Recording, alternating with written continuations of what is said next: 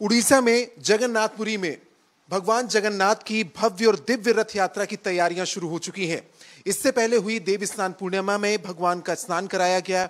उसके बाद 14 दिन के लिए कपाट बंद हो गए। पौराणिक महत्व क्या है, ऐतिहासिक महत्व क्या है, पूजा अनुष्ठान क्या है, किस तरीके से ऐतिहासिक तौर पर इन पद्धतियों का पालन किया जा रहा है, इस पर हम बात करेंगे। आचार्य सूर्य नारायण रथ शास्त्री जी हमारे साथ हैं। आचार्य जी, स्वागत है आपका भारत एक्सप्रेस पर।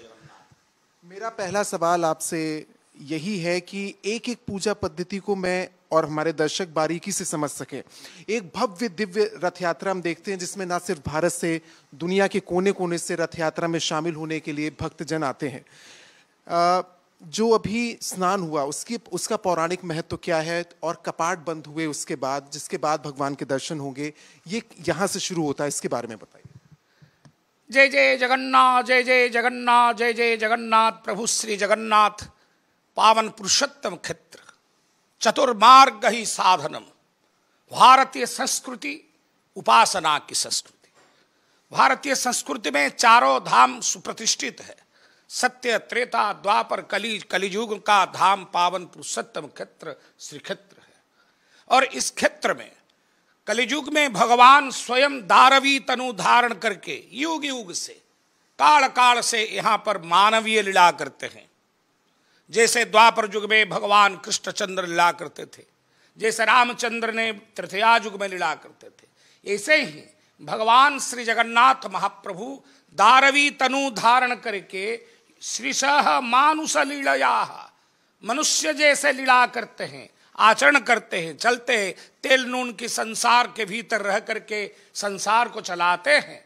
तो इसी प्रकार की महाभाव से ही बहुआदिम काल से, युग युग से, ब्रह्मा के पंचम पुरुष महाराज इंद्रदम्न से लेकर इस संस्कृति की जागरण हुई है।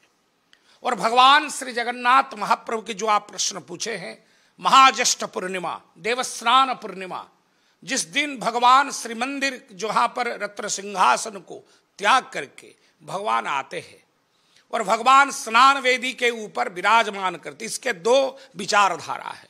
एक पौराणिक विचारधारा है, एक लौकिक विचारधारा है।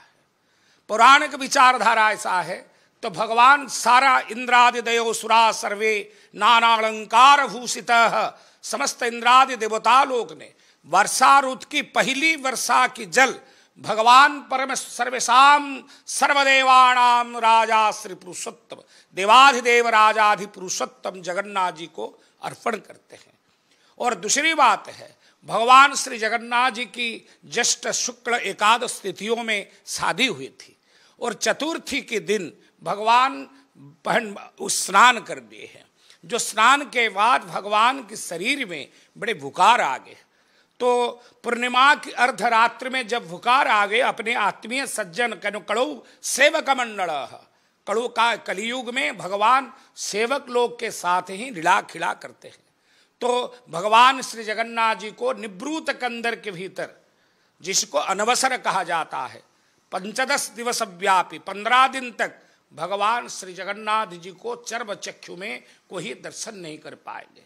और 15 दिन तक इसके भीतर बड़े गुप्त नीति हो रहा है, क्योंकि भगवान के बुखार हो जाते, भगवान औषध खाते हैं, तैल मर्दन होता है, विविध प्रकार चेड़ मूली जो प्राचीन युग में जो शरीर को आरोग्य करने के लिए जो औषध खाते हैं, मेडिसिन खाते थे, कविराज जी औषध खाए थे। इसके बाद 15 दिन के बाद शरीर सुस्त होगा और भगवान निकलेंगे। आषाढ़ शुक्ल द्वितीया तिथियों में भगवान की परम भुवन वंदित रथ यात्रा, पतित पावन यात्रा, श्रीगुंडिचा यात्रा, विविधों नामों से इस यात्रा को लोग मानते हैं। इस यात्रा पर मैं आपसे जो प्रश्न करूंगा उससे मुझे लगता है कि सारे जो भी प्रश्न होंगे दर्शकों के मन में वो पूरे हो जाएंगे। स्नान पर मैं फिर से आऊंगा। स्नान जब भी प्रभु का होता है बहुत ही दिव्य होता है। उसके दर्शन के लिए हम देखते हैं कितने श्रद्धालु उमड़ते हैं, कितने अनुष्ठानों के साथ अलग अलग विधि से स्नान कराया जाता है। क्या ऐसा यहाँ भी होता है? स्नान की विधि आप बताएंगे कि किस तरीके से प्रभु का स्नान? भगवान श्री जगन्नाथ महाप्रभु को जो स्नान विधि है, स्नान 3 प्रकार भेद का, नित्य स्नान, बिंब स्नान, मंत्र स्नान, प्रत्यक्ष स्नान। और भगवान श्री जगन्नाथ के मंदिर में हर दिन भगवान स्नान करते हैं। जैसे मनुष्य दंत मर्जन करते हैं, जिह्वा प्रक्षालन करते हैं, कुलकुंचिका करते हैं, इसके बाद स्नान करते हैं, तो भगवान श्री जगन्नाथ मंदिर के हर दिन भगवान के स्नान होता है। इसको बिंब स्नान कहा जाता है। और आज ज्येष्ठ पूर्णिमा की जो अवसर पर कर 12 महीने में 13 यात्रा श्री जगन्नाथ जी महाप्रभु का, और देवस्नान पूर्णिमा जो है, देवस्नान पूर्णिमा में एक स्वतंत्र जल भंडार है भगवान जगन्नाथ के मंदिर के अंदर। सालों में एक बार एक दफे इस जल को भगवान व्यवहार करते हैं और इसको यज्ञों प्रणीता जल के रूप में ग्रहण करा जाता है।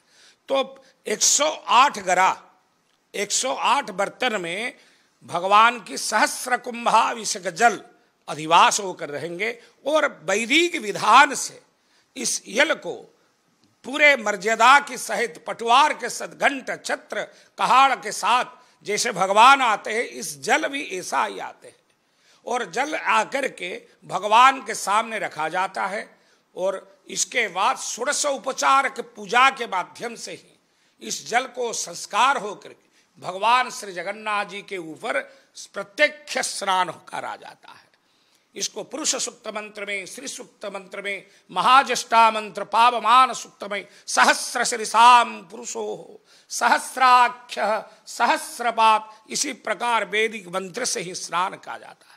इसके बाद भगवान की गजपति महाराज जो है, इसके बाद भगवान के मंदिर आएंगे, छिरा पहरा नीति करेंगे, जो मर्यादावंत सेवा है। जितने भी बड़े आदमी हो, छोटे कर्म करने के लिए कोई शंका नहीं है, वही सनातन धर्म की मूल मंत्र है। इसके बाद भगवान गजानन वेश में श्रृंगार होते हैं, क्योंकि भगवान ये परम ब्रह्म की उपासना की स्थल है। भगवान श्री जगन्नाथ जी को आप गज के रूप में, कृष्ण के रूप में, जिसी रूप में आप सब इनको सजा दीजिए, ऐसे ही हो, क्योंकि ब्रह्म है। कोई आदमी जगन्नाथ जी हो नहीं पाएंगे, हमको आप जगन्नाथ जी नहीं बना पाएंगे। आप भगवान विष्णु के रूप में, शिव के रूप में, विभिन्न रूप में, ऐसे ही भगवान श्री गणपति 1432 ख्रीष्टाब्द में महागणपत्य संप्रदाय के आचार्य गणपति भट्ट ने आए हैं और भगवान श्री जगन्नाथ जी को देख करके बोले, ये तो गणेश भाई ब्रह्म है, इनका विचार में गणेश ही ब्रह्म है। तो भगवान दारू ब्रह्म के रूप अंदर में जब इनका इष्टदेव को नहीं दर्शन कर पाए तो दुख करके छोड़कर चले जाए। और मदभक्तम विनोदार्थे करोमि विविध क्रिया, भगवान जगन्नाथ पावन क्षेत्र में विराजमान करके भक्त लोग के आनंद के लिए लीला करते हैं। तो गणपति भट्ट को बुलाए हैं, फिर कहा आयो बेटा हमको दर्शन कीजिए, गणेशम वै ब्रह्म। तो गणपति भट्ट आकर देखे, तुम्हेवं वक्रतुंडश्चम त्वमेवं गणनायकम साक्षादेव जगन्नाथ विघ्न विनायकम, स्वयं गणपति रूप में दर्शन करके कृतार्थ हुए।